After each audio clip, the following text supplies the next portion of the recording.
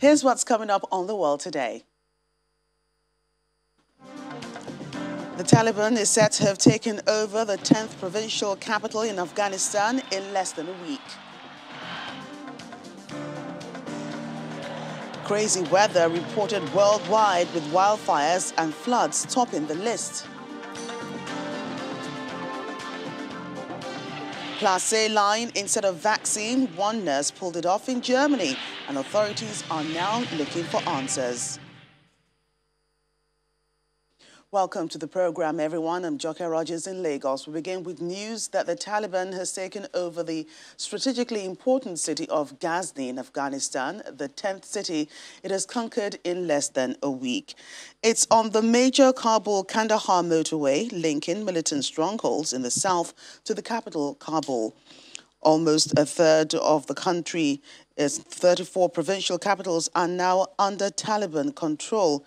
Taking Ghazni is thought to increase the likelihood that the Taliban could eventually aim to take Kabul itself. The insurgents have moved at speed, seizing new territories almost daily as U.S. and other foreign troops withdraw after 20 years of military operations. In the meantime, envoys from the United States, China, and even Russia and others are meeting for talks in the Qatari capital, Doha, in a bid to break a months-long deadlock in peace talks. They are meeting with Afghan negotiators and are expected to meet with Taliban representatives later on today. The talks are taking place as Taliban fighters press offensives across the country. In neighboring Pakistani Prime Minister Imran Khan says the Taliban leaders say they will not negotiate with the Afghan government as long as President Ashraf Ghani remains in power. Peace talks between the Taliban, who view Ghani and his government as puppets of the United States, and a team of Kabul-nominated Afghan negotiators started last September but have made no substantive progress. Political settlement is looking difficult right now. And it's looking difficult right now because the Taliban are refusing, and we tried. I tried to persuade the Taliban. This is months back, 3 or 4 months back. The Taliban senior leadership came here, and we tried to persuade them to come to some sort of a political settlement. The only thing that would stop Afghanistan from descending into anarchy is a political settlement.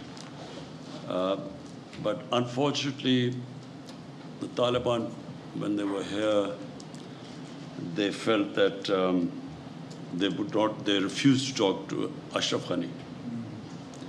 Their condition is that as long as Ashraf Ghani is there, we are not going to talk to the Afghan government.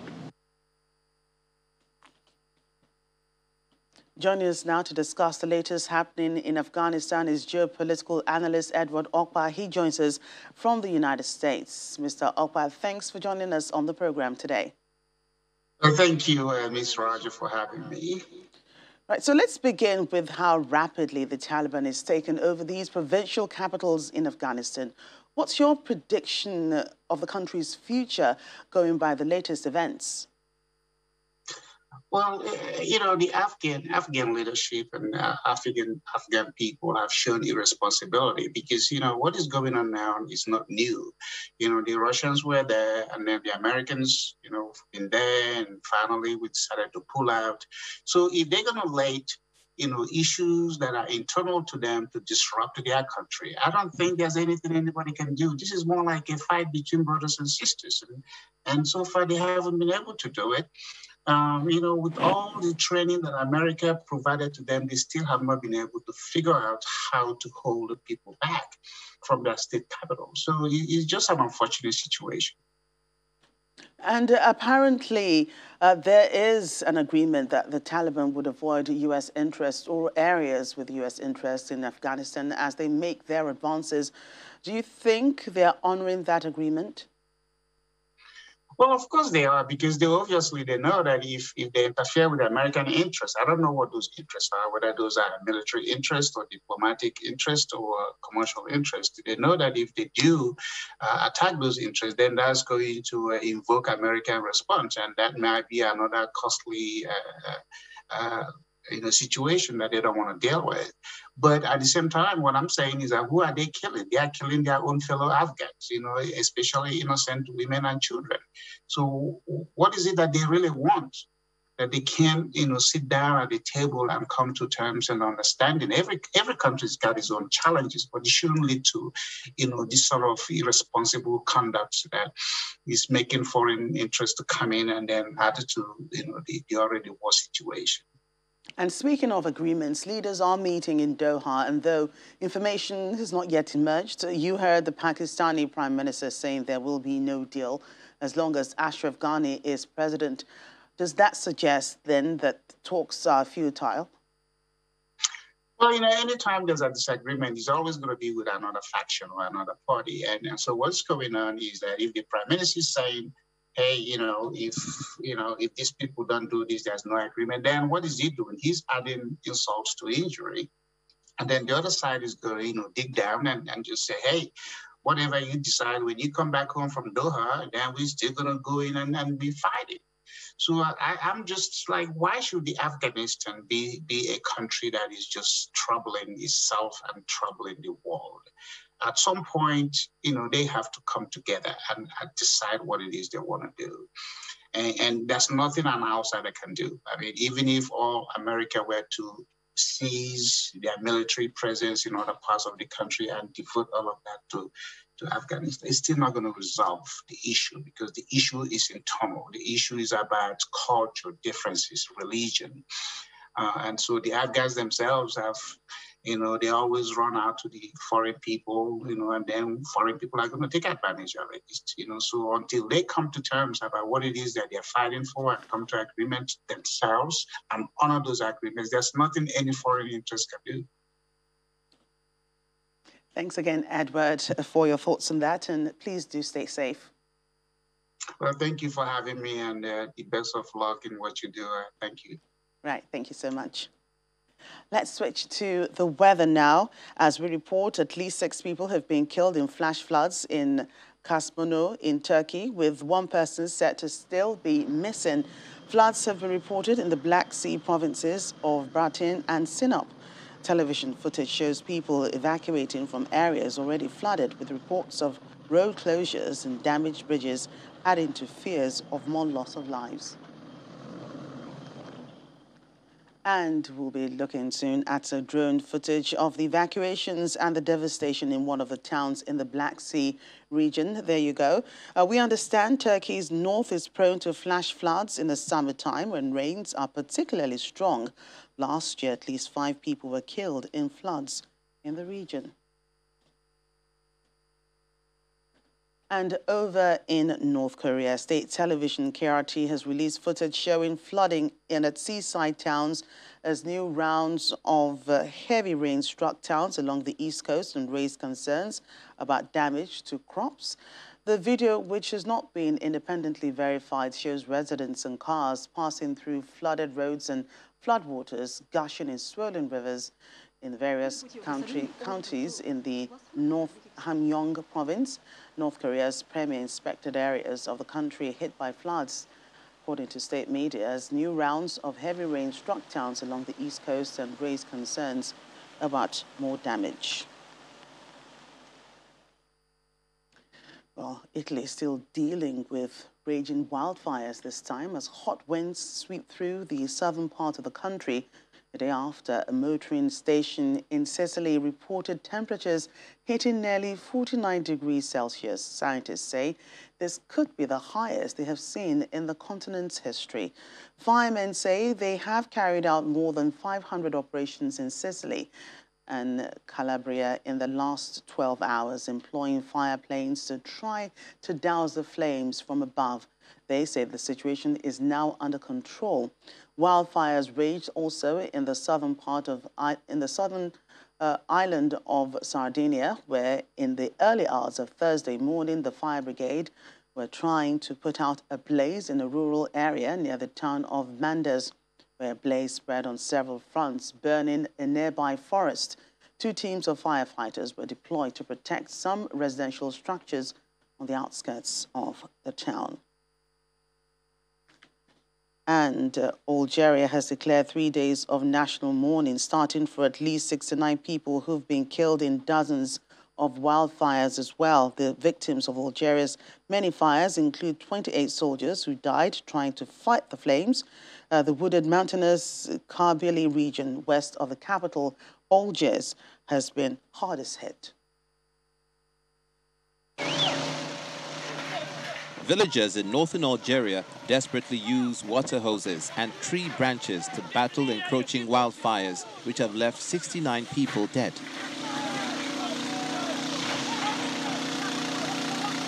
The government has deployed the army to help fight the fires, which have burnt most fiercely in the mountainous Kabylie region. 28 of the soldiers are dead.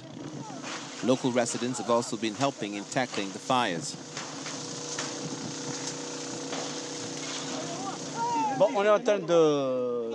We are watching the fire to try to prevent it from spreading further, but it seems to be impossible. And now it's reached our zone. All olive trees are burning. May God protect us because it's near the village. The worst hit area has been Tizi Ouzou, where houses have burned, and residents fled to shelter in hotels, hostels, and university accommodation in nearby towns. A heat wave and strong winds have fanned the fires, but the authorities say arsonists are to blame for much of the devastation. Arrests have been made, but no evidence against the accused has been presented. It's not clear what their motivation might have been. The president has declared 3 days of national mourning and froze state activities not related to the fires.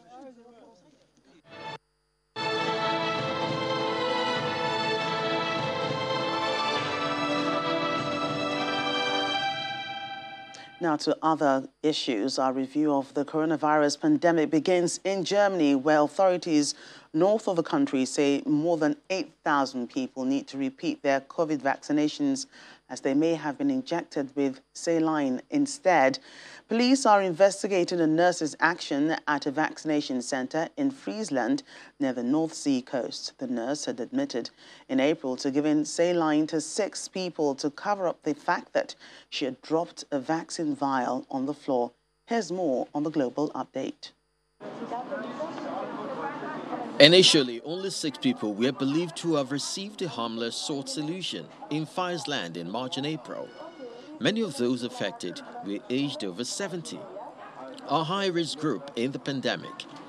The 40-year-old nurse had been sharing corona-critical information on social media, criticizing the government's restrictions aimed at curbing the virus spread, says authorities. Police are not ruling out that a political motive could have prompted the nurse's action, though her lawyers have rejected that and also dispute the skill of the saline swab. Over in China, a woman diagnosed with COVID-19 has given birth to triplets, the first case of its kind in the country. The 29-year-old mother was diagnosed with coronavirus in early July at 28 weeks into her pregnancy and was admitted to the Ruli Day Hospital of Traditional Chinese Medicine, the designated hospital for treating COVID-19 patients. A medical team consisting of 32 leading doctors from the state, provincial and municipal levels were rushed to Ruli and customized a treatment plan for her while preventing premature birth.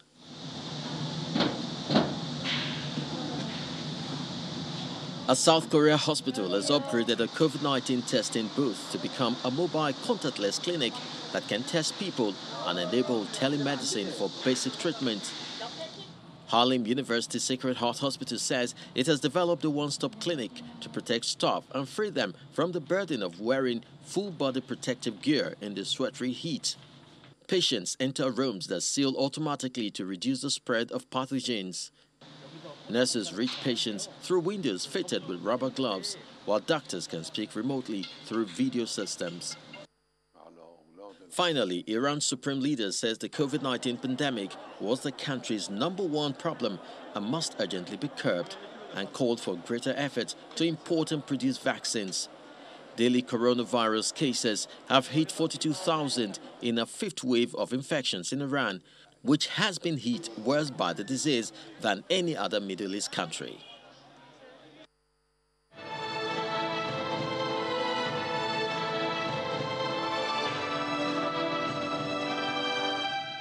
Still to come on the program. Homeless people in New York are receiving backpacks filled with supplies, bringing joy to many. Welcome back. Millions of Zambians have been voting in presidential and parliamentary elections held against the backdrop of worsening economic conditions. Police and troops have been deployed across the country to monitor polling stations, and a record number of international observers are watching the process. Polls opened at 6 a.m. with long queues seen at voting booths in the capital, Lusaka. At a voting station in Kabwata suburb, voters said they were hoping for change. The change that I want is the leader that I'm going to vote for to deliver the promises that they've assured us during their campaigns. Why I have decided to vote is that the economy is not okay. As you are saying, we are suffering.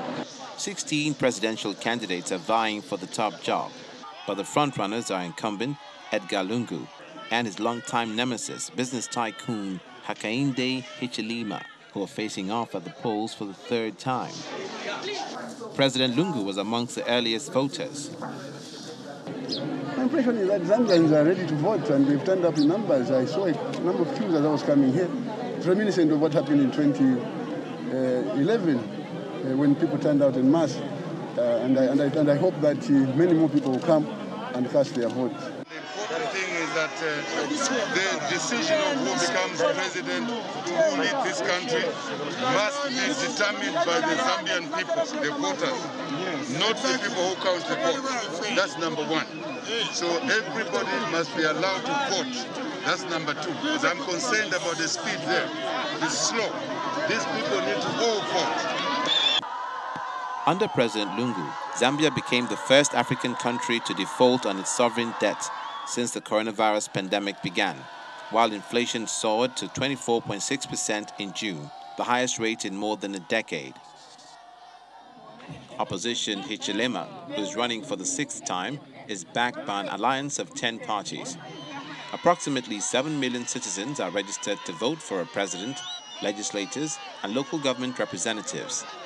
This has been seen as a high-stakes election, with Zambia's predominantly young electorate demanding improvement to the economy and better job opportunities. The Electoral Commission of Zambia has promised a transparent and credible process.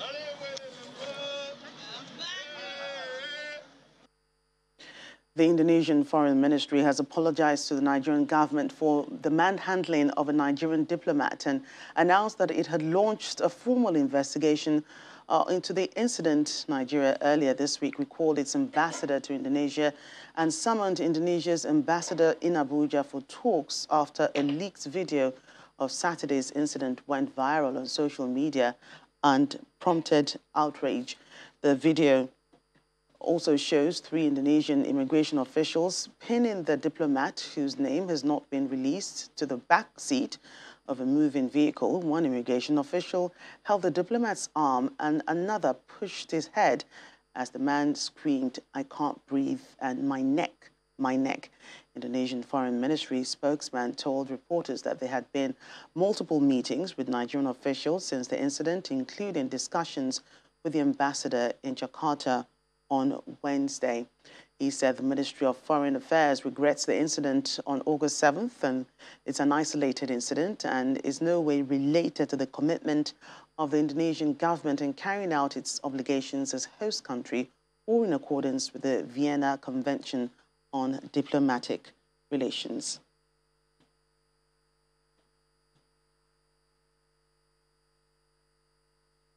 Back home, the Minister for Information and Culture, Lai Mohammed, announced after the Federal Executive Council meeting chaired by the Vice President, Professor Yemi Osinbajo, that the federal government may lift the ban on Twitter. He explained that the conversation with the microblogging site Twitter has reached a civil stage with agreements reached in all areas except for 3. The end for an amicable solution is very much in sight. We quite appreciate the anxiety of Nigerians who have been worried that 2 months after the suspension, we have not been able to finalize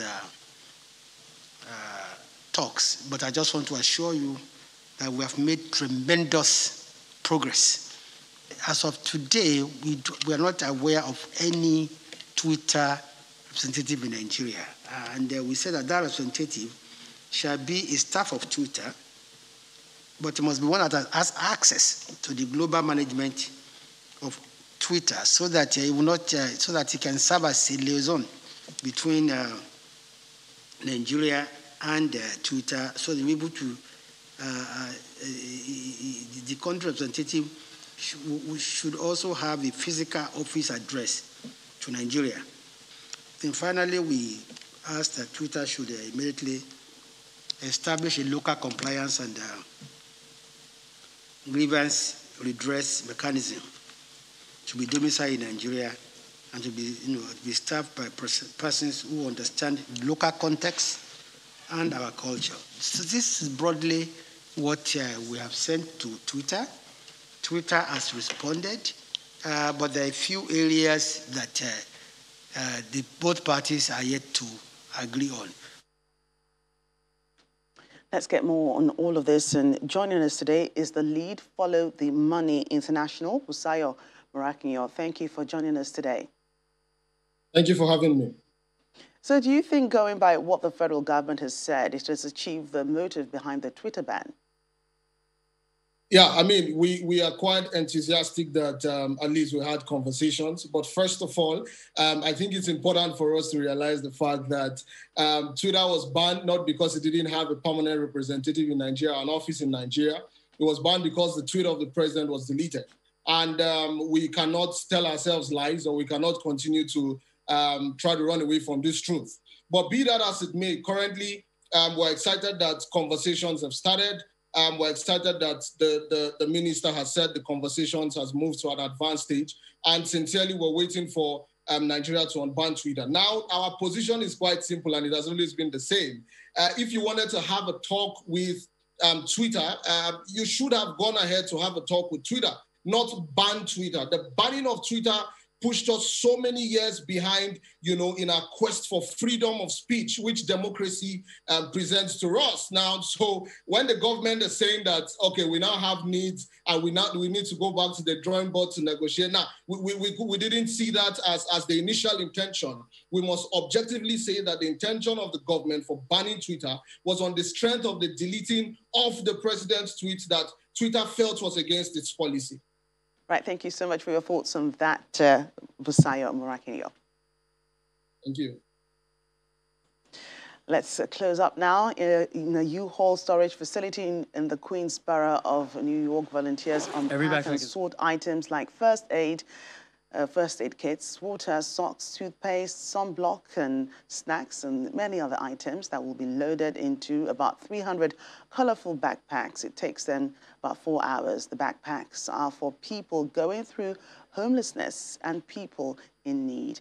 53-year-old Jeffrey Newman, the founder of Backpacks for the Streets, a program he created in 2018 from his public charity, Together Helping Others, and a team of volunteers distribute the backpacks over the course of a week all over New York City. Inside each backpack is a business card with the program's contact information, so Newman can run to the people who need help and facilitate their needs, whether it's housing, a job search, stimulus check, or just someone to talk to. It's just 3 years. Backpacks for the Street has given out 30,000 backpacks filled with supplies, and over 22,000 backpacks have been handed out since the COVID-19 pandemic hit New York in March 2020. The reason why we also know what goes in there is because I know what I would have needed when I was on the streets, because there were so many things that I did not have, and I wish I did, and so when I did, I would seal it. We did about 6,000 to 7,000 backpacks combined. Since COVID, since March of 2020, we've done 22,500 backpacks. Putting a smile on people's faces. Well, that's the world today. Thank you for watching. I'm Joker Rogers.